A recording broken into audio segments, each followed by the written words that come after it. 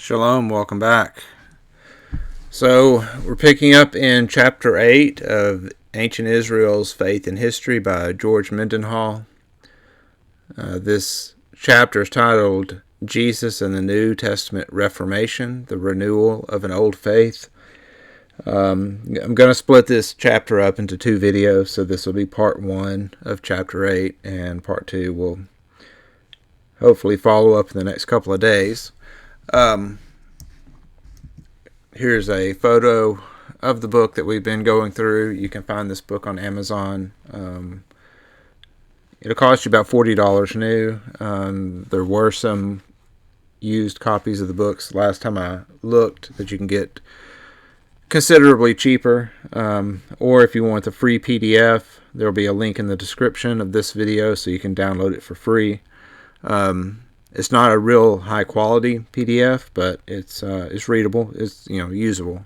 But this is one of those books that I would recommend actually getting the hard copy because I've read through it several times myself, and I don't know. There's maybe 7 or 8 books that I would recommend getting hard copies of. This is one of them. I think it's a really good book. Got some really good information, and I tend to read books more if I have the hard copy versus a PDF.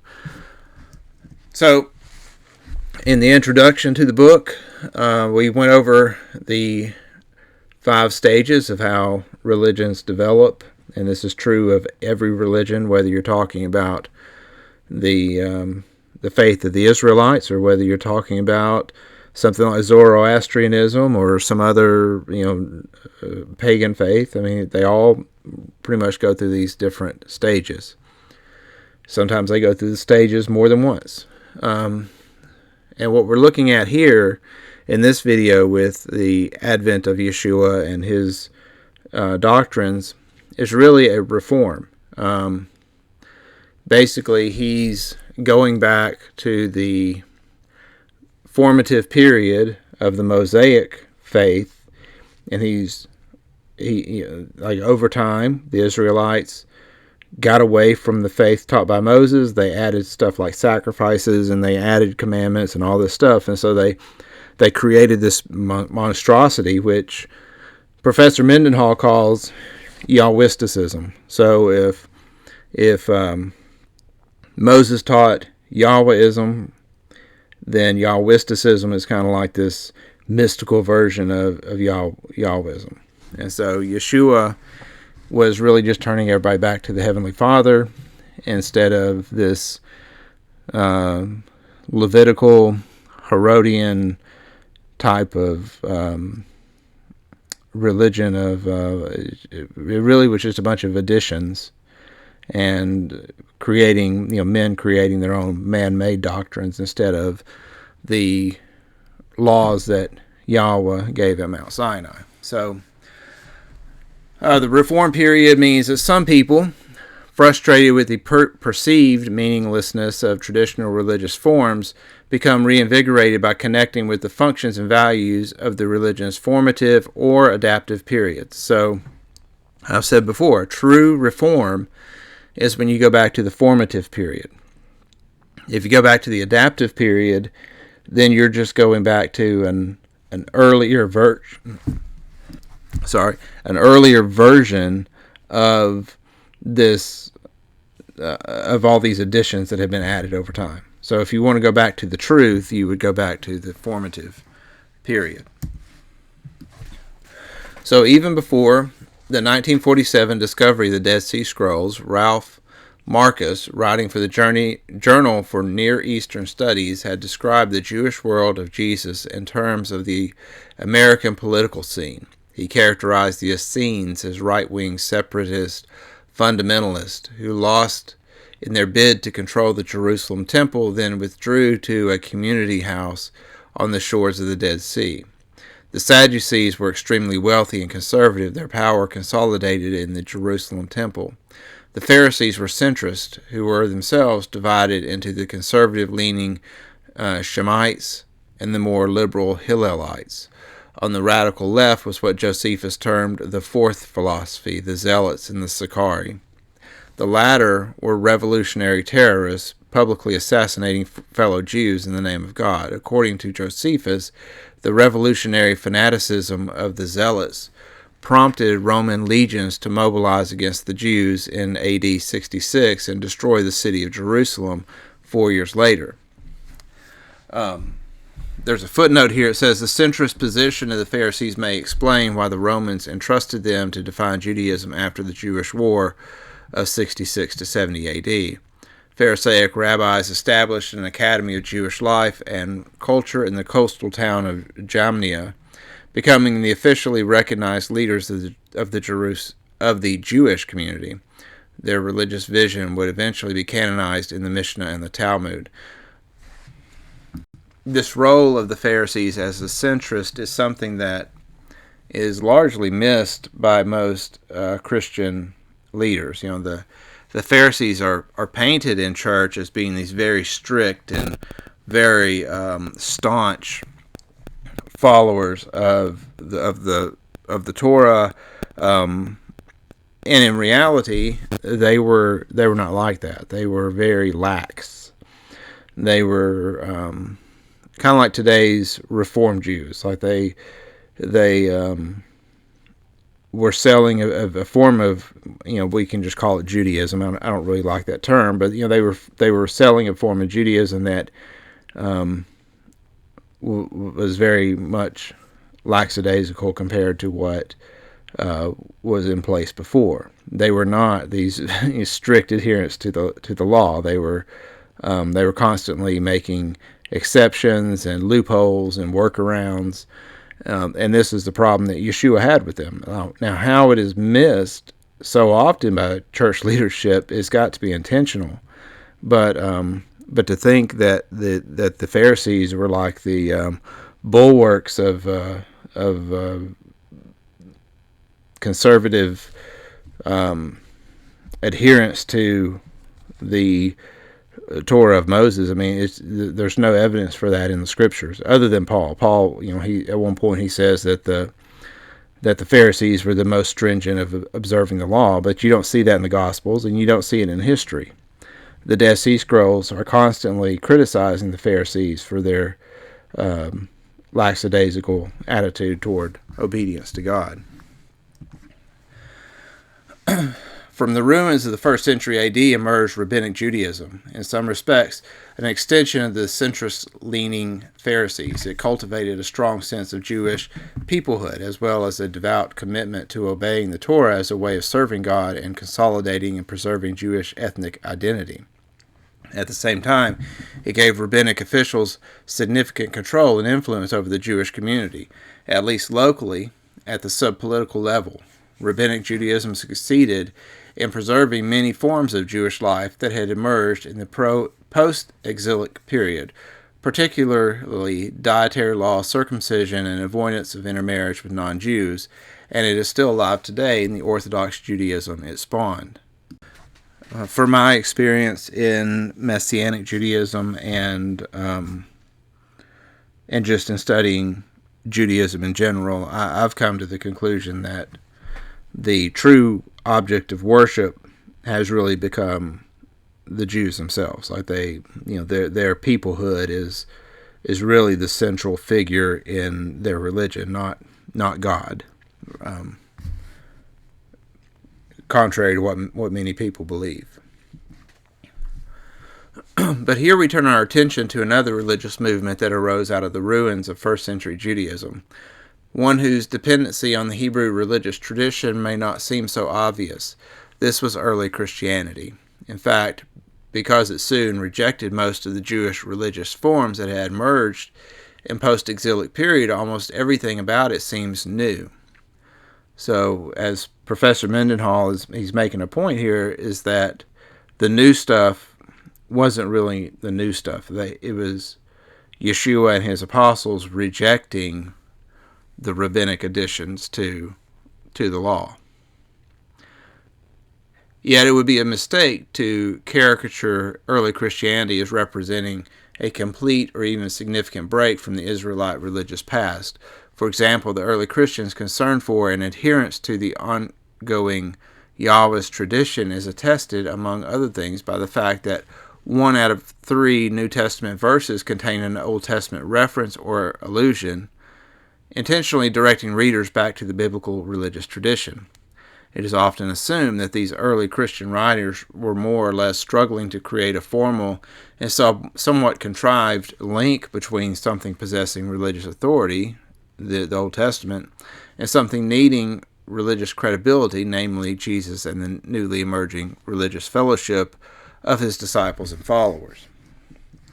But the issue is hardly this simple. If for no other reason than the non-Jewish world at large offered many other techniques for establishing religious credibility and authority, why would the adherents of an ostensibly new and universal religion such as Christianity stake their credibility on something considered old and parochially Jewish? These writers appealed to the Old Testament as a means of understanding and explaining their faith, and they understood their founder, Jesus of Nazareth, to have done the same. Yet they saw their fellowship not as just another sect of Judaism, as God's true Israel, which was open to all, Jews and non-Jews, and although they believed that ancient Yahwism provided genuine religious substance for their faith, they did not believe it was necessary for their fellowship to preserve the Jewish forms commonly used to express and convey that tradition. They had a proverb, which was attributed to Jesus himself, acknowledging this paradoxical embrace yet rejection of tradition. No one puts new wine into old wineskins. So there is a footnote with regards to the first chapter about the Christians needing to base their religion on the Old Testament. He says that the prevalence of pagan mystery cults show that popular messages of salvation hardly required a Jewish foundation. Around AD 150, a man named Marcion agreed and began expunging all New Testament references to the Old Testament. His fellow Christians in Rome were so appalled that they dropped all religious fellowship with him, forcing him to establish his own church.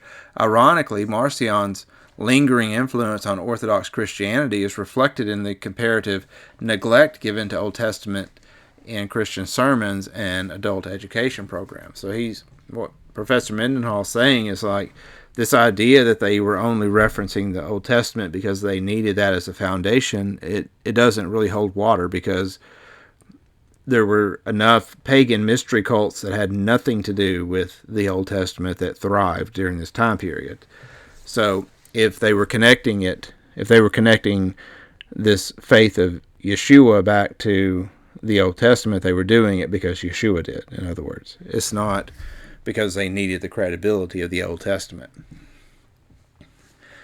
This final chapter, Chapter 8, offers a preliminary exploration into what the early Christians embraced from the Israelite heritage, what they rejected, and why. The guiding question is a fairly simple one. How new was this religious substance, the proverbial wine of Christianity? Here we propose a fresh approach to answering this question and for placing the New Testament in historical perspective by viewing the New Testament as a witness to a religious reform movement within first century Judaism. So instead of looking at it as a new religion, let's view it for the purposes of this discussion as a reform, not something completely new. Typically, such reform movements, disenchanted with the prevailing religious norms, priorities, and traditions of the day, discover religious meaning in the distant past and reach back there for a fresh perspective on the troubled present. Something old can suddenly seem quite new. In other words, the early Christian community, probably beginning with Jesus himself, had an understanding of Scripture that was not only different from the Jewish religious establishment of the time, but also based on older Israelite understandings of the religious tradition.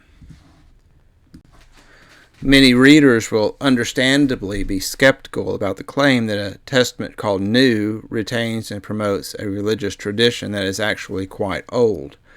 But two examples may be cited to demonstrate that this is precisely what we encounter time and again in the New Testament. So the first one, his first example of the two is from the apostate Paul. He says Paul's treatment of Abraham. In many of the extra-biblical Jewish writings at the time, the patriarch Abraham was treated as if he were the ancestor exclusively to the Jews, but the apostate Paul treated Abraham differently, not parochially as the forefather of only the Jews, but universally as an ancestor shared by all people of faith. And it gives you a couple of citations. I'm not really going to get too far into what he's talking about here about Paul. I think that Paul goes really far with his treatment of Abraham, and I don't know that Yeshua would have necessarily supported some of the things that Paul said about Abraham. So I'm just going to leave that there. If you want to read everything he says on that subject, it's in the PDF that you can download. The second example that I find interesting, it refers back to the understanding of the Hebrew word anon that is covered in one of the earlier chapters.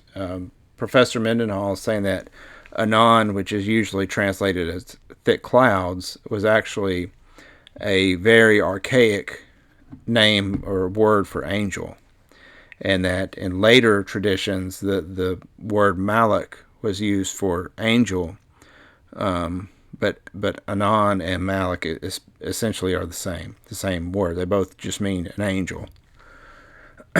So the second example, Stephen's reference to the angel.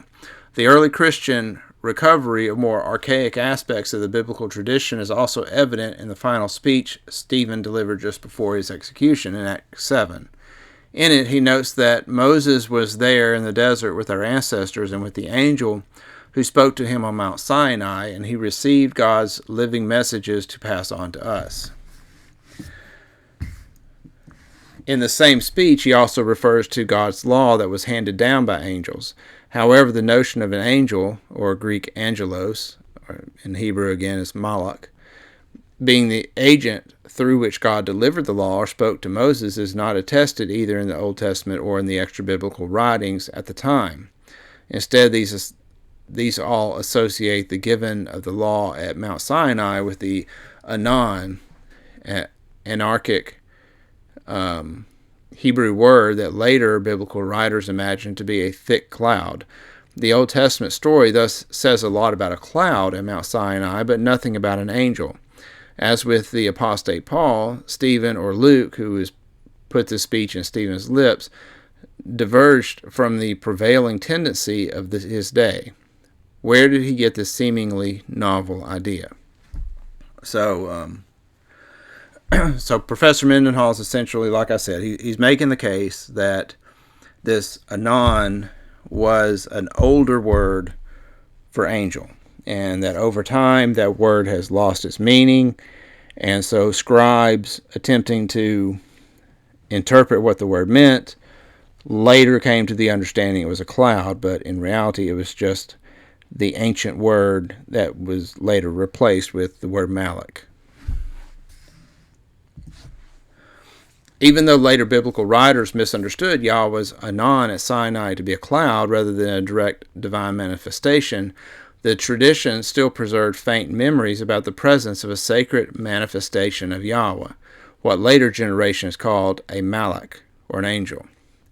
The Bible shows this malak behaving exactly like the anon, although it does not portray this angel delivering the law to Moses. It says the angel, or malak of God, who was going before the Israelite army, moved and went behind them. And the pillar of cloud, the anon, moved from in front of them and took his place behind them. It came between the army of Egypt and the army of Israel, and so the cloud, the anon, was there in the darkness, and it lit up the night. One did not come near the other all night. So he's making the point that these words, Anak, or malak and anon, are kind of interchangeable. They both, like you see the cloud behaving like the angel and the angel like the cloud. So this verse probably contains two variant forms of the same tradition about a supernatural manifestation of Yahweh, positioning himself between the Egyptian soldiers and the escaping Aparu Hebrew slaves. Here, anachronistically depicted as a full-blown Israelite army. The archaic form of the tradition labeled this manifestation Anan, while the later one labeled it Malach. This supports the conclusion that Anan and Malach were basically synonymous with one another. So if you're familiar with the JEPD or the documentary hypothesis, and it talks about the various sources for certain verses in the Torah, and you can have these different documents, the J document, the E document. Professor Mendenhall saying that these verses seem to be a mixture of two of these different sources. So one source referred to the angel as Anan, the other source referred to the angel as Malach. And when they wove these verses together, the precise meaning of Anan was so ancient that later scribes didn't understand what it meant. So now Professor Mendenhall gives some further evidence to support this understanding that the Anan was not a cloud. And one of the ways that he does that is through comparing Hebrew language to similar languages, other Semitic languages like Arabic, which retains that earlier meaning. He says, as we saw in chapter 2, the word Anan did not originally mean cloud. Already in Canaanite myth, centuries before the time of Moses, it designated a supernatural divine emanation. So he's saying that, Canaanites, again, they spoke a Semitic language. For them, Anan in their stories was something more similar to an angel, a divine emanation. It was the powerful sacred manifestation that simultaneously reveals and masks deity, exactly what later generations of Israelites recall Malach, or an angel. This archaic sense is still retained today in the Arabic use of the word Anan. Consequently, far from being a novel view, Stephen's reference to the angel preserved the archaic sense of the biblical tradition, untainted by later misunderstandings of Anan as a mere cloud. This more authentic understanding of the Sinai tradition had been forgotten in official Jerusalem circles as bureaucratic scribes of the centuries revised and updated the Sinai tradition to make it more relevant, intelligible, and meaningful to themselves and later audiences. So in other words, the scribes in places like Jerusalem, these big social centers or cities, they would, there was this constant updating and revising of the sacred text, and so then these older Hebrew words, the meaning was eventually more or less lost, at least in the religious leadership circles. Thus, the original meaning of such things as the Anan of Yahweh and the role of Abraham was apparently not forgotten everywhere.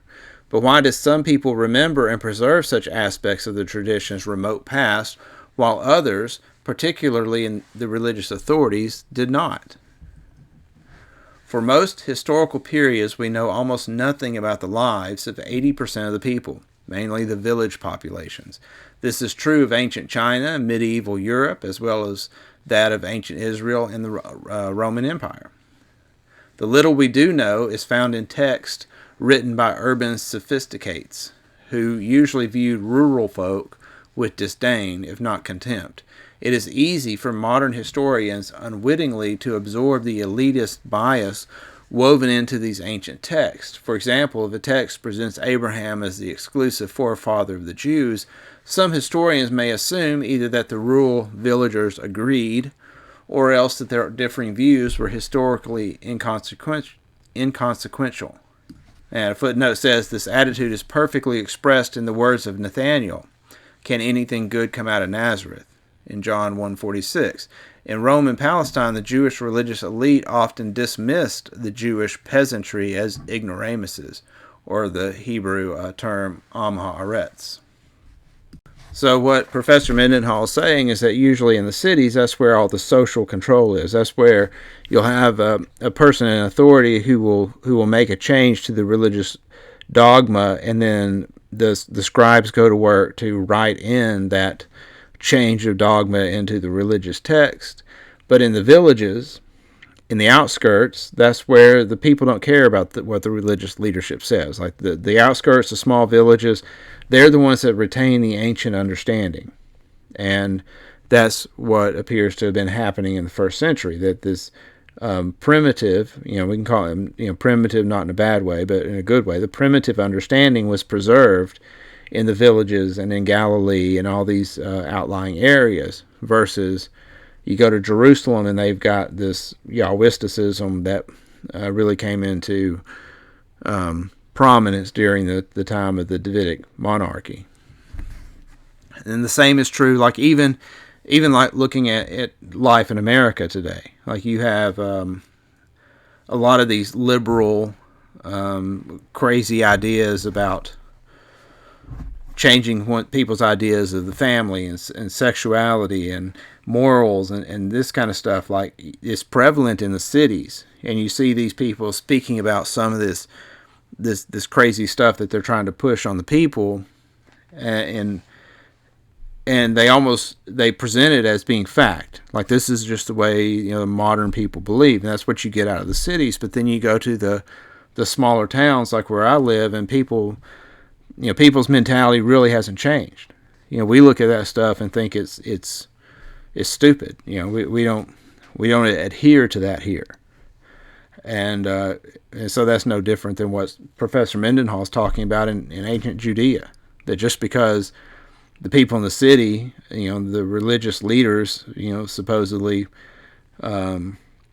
change the dogma, it doesn't mean the people on the outskirts are going to accept it. But such an assumption would be wrong. Archaic traditions, ideas, figures of speech, and customs are always much more likely to be preserved intact and unchanged in remote villages than in cosmopolitan urban centers. For example, even today, some villagers in southeastern Italy continue to speak an ancient dialect of Greek, while some villagers north of Damascus and also in Turkey and Iraq still speak Aramaic. Extremely archaic Bronze Age structures of law and religious thought are still preserved today in Saudi Arabia and Yemen. Under the circumstances, it is not difficult to imagine that village populations in Roman Palestine could still remember such things as the original meaning of Anon. There's another footnote that, ironically, whereas maintaining the status quo in the village requires consistency in the centers of political power and wealth, it requires change. In the book 1984, George Orwell satirized this in his portrait of the bureaucrats of Oceania, who maintain the party's political control by regularly rewriting history to conform to the changes made by the politicians. And that's where that term down the memory hole comes, because they would take the old history book and throw it into this furnace that they called the memory hole, and it would just burn up. That's a lot of what was going on in first century Judea. They were just rewriting history to fit their new religious dogma. And what Yeshua did was he came and he took them back to the original faith. So what Yeshua taught was a return to Moses, a return to God's law, the true law, not the additions of men. Indeed, that archaic meaning of Anon is still preserved in the Arabic-speaking world today, as in such age-old folk sayings describing the origin of the camel's notoriously bad temper. The camel was created from the Anon, or the spiritual emanation of the jinn. So the camel was created from the Anon of the jinn. Villagers preserve this ancient tradition because changes of any kind, new ideas or social patterns, even new technologies, entails too much risk for too little potential return. As anthropologists have observed, it is not such continuity that needs to be explained, but rather change. Thus, what requires explanation is not Paul's treatment of Abraham or Stephen's reference to an angel at Mount Sinai, but rather the early Jewish tendency to treat Abraham as the exclusive ancestor of the Jews and Anon as if it were a cloud. Also, the submerged 80% of the population tend to be concerned mainly with private affairs. their own families and the network of neighboring families that constitute their primary communities. This part of why they are submerged, that is, unnoticed by the urban elite who manage the public affairs and institutions of social control. Rural villagers are also typically concerned with that conservative body of customs and belief that effectively maintains peace and security within the local community. They are also pragmatic and evaluate ideas, institutions, and innovations, including religious ones, in terms of their practical value for daily life. Consequently, their religious priorities tend to differ sharply from those of the religious elites. Official religious symbols, rituals, doctrines that help sanctify the public realm are much less meaningful to, and often resented by, simple folk whose experiences of public institutions and urban elites are often negative. I mean, I can tell you from my own experience, like just for myself trying to share some of the information that I speak about here on the channel, it's much more difficult to do that to people in a small town than it is in a city. A lot of people in cities are more open to new ideas, and people in these smaller towns are more set in their ways. And sometimes it's a good thing, sometimes it's a not good thing. But nevertheless, you see this consistent type of mindset in the two different types of environments. There's a footnote here again that says this is so prevalent in peasant-type societies that social scientists have a name for it, the social organization of tradition. It holds that such societies there are two streams of religious tradition, the thought and character of religious specialists and influential elites. They find expression in the prestigious great tradition, while number two, those of non-specialists and common folk constitute a sort of little tradition. So you have these two different traditions that kind of coexist in most sets of religious beliefs. The religious teachings of Jesus of Nazareth seem to reflect such a conservative, village-based, grassroots understanding of religion. His criticism of religious elites were obvious. While these teachings may have placed him at risk with the religious leaders, the common people heard him gladly. All this explains why the earliest followers of Jesus were not drawn from official religious circles or from the ranks of those sectarian Jews eager to gain control of the public realm. They were drawn from among the submerged Jewish population of Jewish Galilee and Judea. In other words, from among the Amharites. And, I mean, that's something you see a lot of in the Gospel of Matthew. It's typically the common people that are following Jesus around, not the religious elites are just following him around to argue with him. Among most of the New Testament books appear to have been written in a more cosmopolitan setting. They differ conspicuously from other religious writings of the time. For example, unlike the Mishnah and Talmud, they were not the product of technically trained scribes, plying their specialization.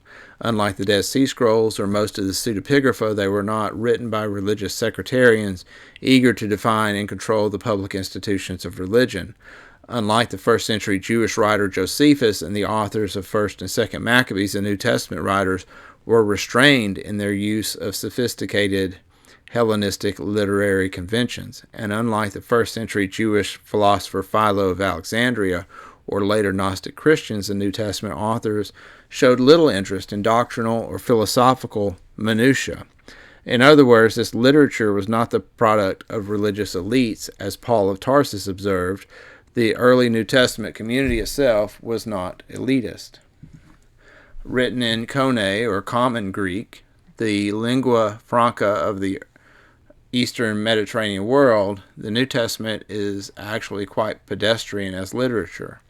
But it was accessible, arising from and speaking to the submerged masses disillusioned by the available religious options, none of which seemed capable of providing a meaningful basis of civilized community in an increasingly diverse and fragmented Roman world.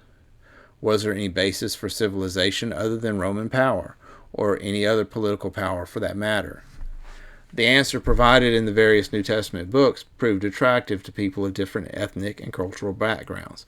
Within its first generation, the Jesus movement already included men and women from all social classes and many different nationalities, from earthly Corinthian sailors to some more cultured Orthodox Jews. A few generations later, these so-called Christians could be found almost anywhere, from the borders of India to the Strait of Gibraltar. But the New Testament is not only the literary repository of a popular movement, its frequent allusions to the Old Testament suggest that it is also the library of a reform movement within first century Judaism. It was clearly not a political reform movement bent on changing the social, political, or economic order. This is reflected in the social and political conservatism of passages such as Matthew 22:21, "Render therefore to Caesar the things that are Caesar's," or 1 Peter 2:13, "Accept the authority of every human institution." I don't necessarily think that these passages mean exactly what Professor Mendenhall believes them to mean. I've discussed render unto Caesar as being more of an indictment against the Pharisees for worshiping Caesar by using this money that declares Caesar to be a god. And 1 Peter 2:13, he's telling his disciples that are going out to spread the message to just obey the laws of the land. Don't go in causing trouble or demanding rebellion. I don't know that that is like if you take the verse of 1 Peter 2:13 by itself without reading what's said in verse 11 and 12, then it can be a little misleading. But irregardless, the point is they were not trying to overthrow earthly governments. They were there to change the behavior of people. And then, of course, through the change of the behavior of the people, then the change to the laws, the legal system would come later.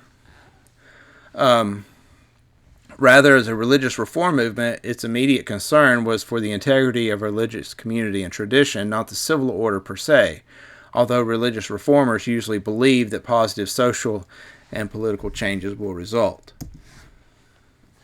The strategy of religious reformers is not to effect change by forcibly ousting the religious authorities who have a vested interest in the status quo, but rather to withdraw and simply create or become the desired religious alternative. This repudiation of political power is a hallmark of a genuine religious reform. In other words, the use of coercion would constitute sufficient proof that the movement is motivated primarily by political interests, not religious values.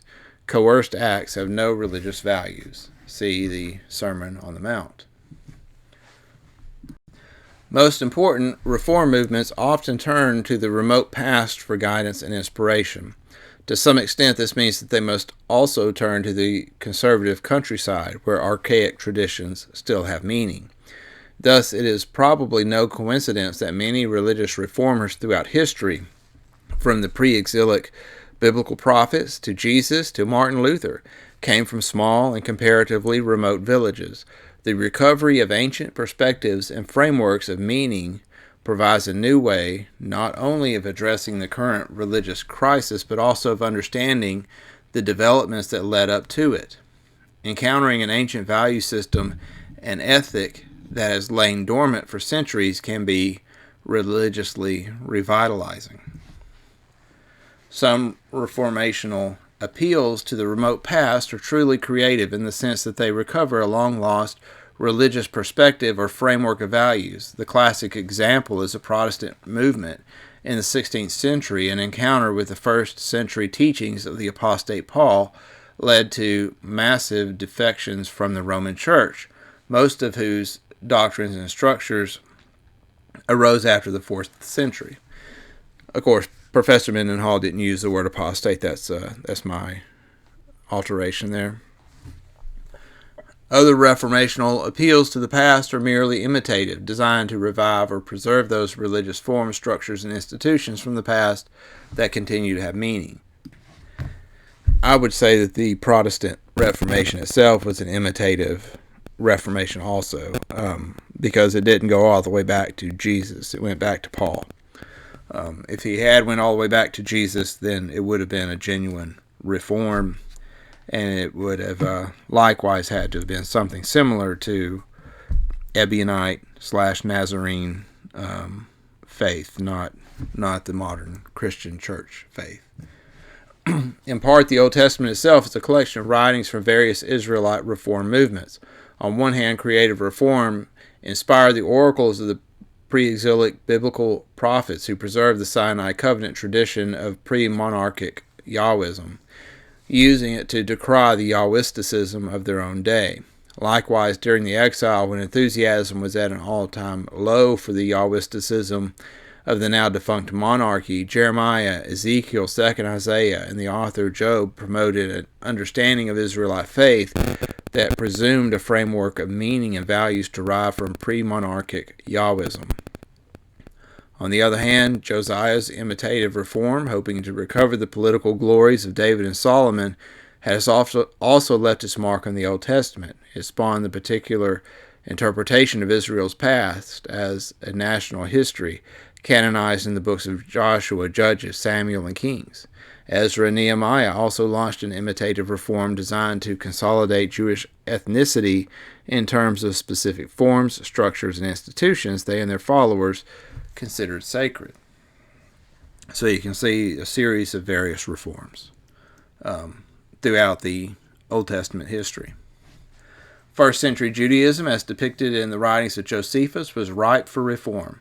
In fact, Josephus describes prophetic leaders who made appeals to Israel's remote past. John the Baptist, who evoked the image of the prophet Elijah, was one. Another was the otherwise unknown Egyptian who led Jews on an exodus into the wilderness, although he was a political opportunist hoping to exploit mass appeal of a religious reform.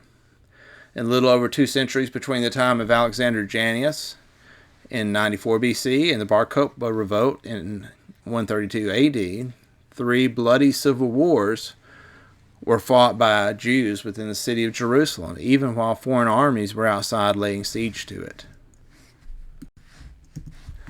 This is powerful testimony to the deep divisions within Judean society, as competing factions increasingly resorted to violence in their struggle for power.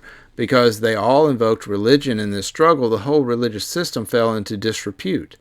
Jewish peasants, who typically had little interest in politics or power struggles, probably did not identify themselves with any of the sectarian forms of Judaism. Besides, by the 1st century, the twin pillars of Judaism, temple sacrifice and obedience to Torah, were largely irrelevant and widely ignored by them. So this is about the halfway point through the 8th chapter. We'll stop here and we'll finish up chapter 8 in the next video. We're going to talk about what exactly is this, how the sacrifices came in to exist. We've discussed that quite a bit on this channel, and then also when he says obedience to Torah, I don't think he necessarily means the 10 Commandments. He's talking about the created Torah, the man-made Torah of all these animal sacrifices and additional commandments that were added over time. So thanks for listening. We'll be picking it up in part 2 of chapter 8 next time. Pray that this has been a blessing to you. Shalom.